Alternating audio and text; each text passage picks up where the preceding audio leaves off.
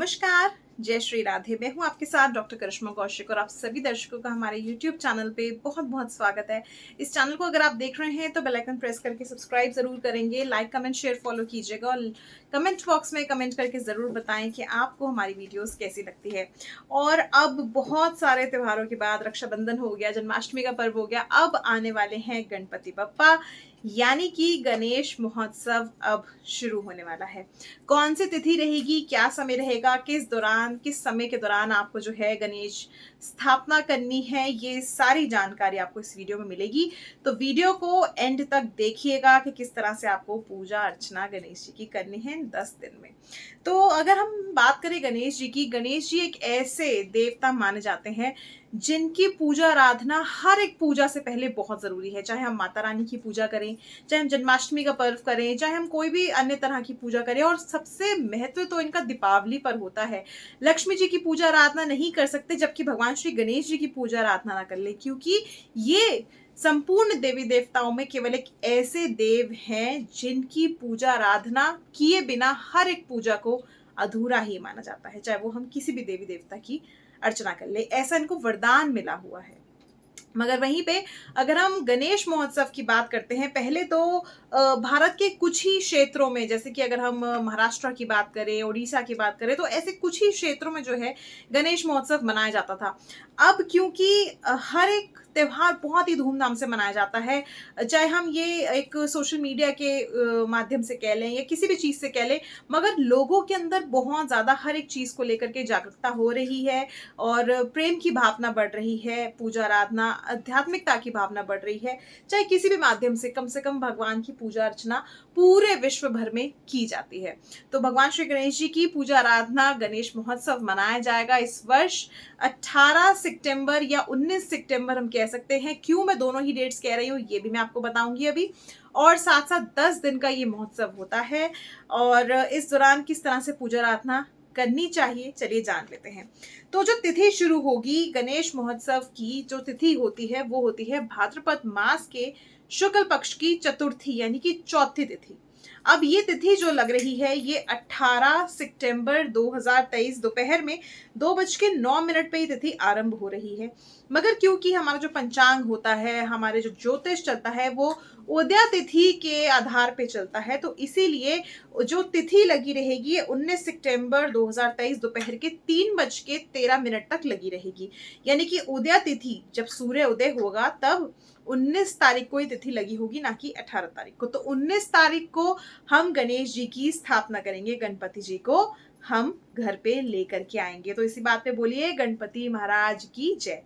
अब यहाँ पर जो तिथि की मैंने आपको बताया कि 19 सितंबर 2023 की तिथि रहेगी, जिस दिन आप भगवान श्री गणेश जी को अपने घर में लेकर के आएंगे, उनका आगमन करेंगे, हर्षोल्लास से उनका स्वागत करेंगे और उसके बाद आने वाले 10 दिनों तक के लिए उनको अपने घर में रख के उनकी सेवा करके और 10वें दिन जो है अनंत चतुर्दशी वाले दिन विसर्जन कर देंगे। अब अनंत चतुर्दशी कब आती है? भाद्रपद मास के शुक्ल पक्ष की 14वीं तिथि, जिसको हम चतुर्दशी कहते हैं, उस दिन अनंत चतुर्दशी मनाई जाती है।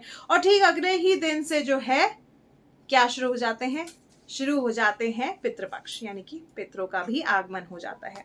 तो वहीं पे अब ये जो 10 दिन रहेंगे, ये तिथि समाप्त जो होगी, यानी कि ये जो 10 दिन समाप्त होंगे गणेश महोत्सव, जिस दिन आप विसर्जन करेंगे, वो तिथि रहेगी 28 सितंबर 2023 की।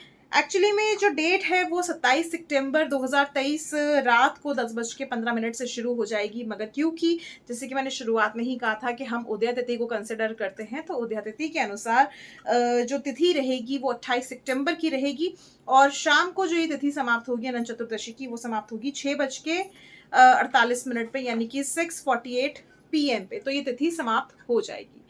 तो इस दौरान 28 तारीख को जो है आप गणेश विसर्जन करेंगे।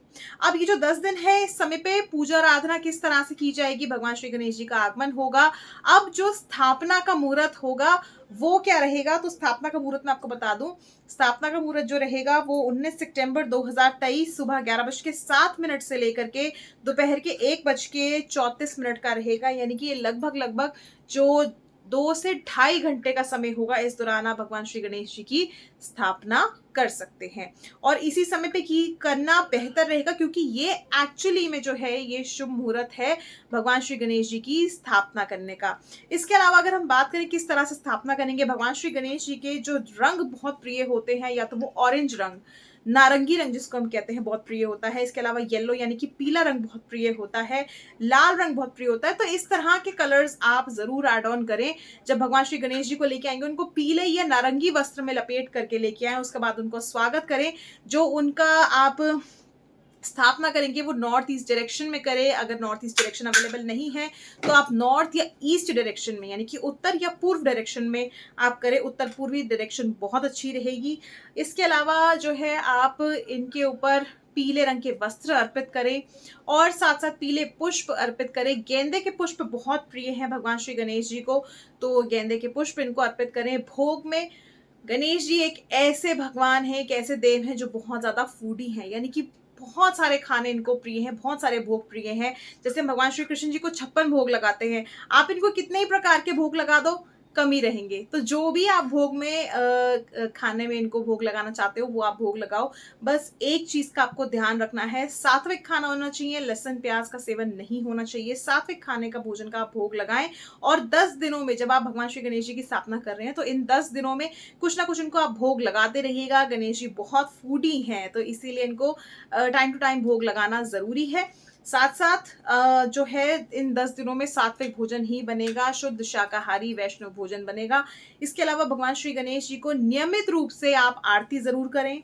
इसके अलावा अगर इन 10 दिनों में आप अथर्व शीष का पाठ करते हैं तो ये आपके घर परिवार के सदस्यों के लिए, आपके एंटायर फैमिली के लिए बहुत ही अच्छा रहेगा। क्योंकि आपके घर में अगर कोई भी ऑब्स्टैकल आ रहा है, कोई भी परेशानी आ रही है, किसी भी तरह की प्रॉब्लम्स आप फेस करो, चाहे वो हेल्थ हो, रिलेशनशिप हो, फाइनेंशियल हो, बिजनेस हो या जॉब हो, कोई भी ऐसी ऑब्स्टैकल्स आपको आ रहे हैं, तो इन सारी चीजों से आपको छुटकारा मिलेगा डेफिनेटली। क्योंकि भगवान श्री गणेश जी को क्या कहा जाता है? विघ्नहर्ता।